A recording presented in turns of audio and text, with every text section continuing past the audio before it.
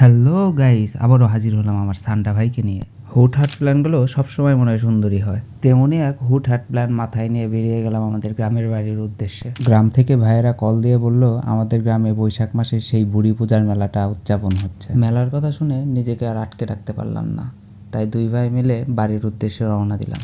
হ্যাঁ, এটাই সেই আমাদের গ্রামের বাড়ির বুড়ি পূজার মেলা।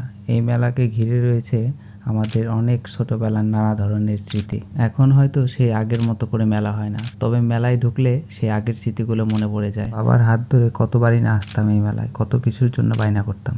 হ্যাঁ, এই সেই মন্দির যাকে ঘিরে এত বড় মেলা তৈরি হয় এবং যাকে ঘিরেই এর নাম হয়েছে বুড়ি পূজার মেলা। মেলায় গিয়ে ছোট ছেলে মেয়েদের খেলনা কিনে দেখে নিজের ছোটবেলার স্মৃতিগুলো খুবই মনে পড়ছিল।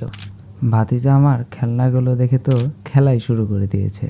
খেলাধুলা শেষে চোখ পড়লো এই গরম গরম পেঁয়াজির দিকে। পেঁয়াজি খাওয়া শেষ হতে না হতেই নিয়ে নিলাম আমাদের গ্রামের বিখ্যাত মামার বিখ্যাত 12 ভাজা মাখাটা।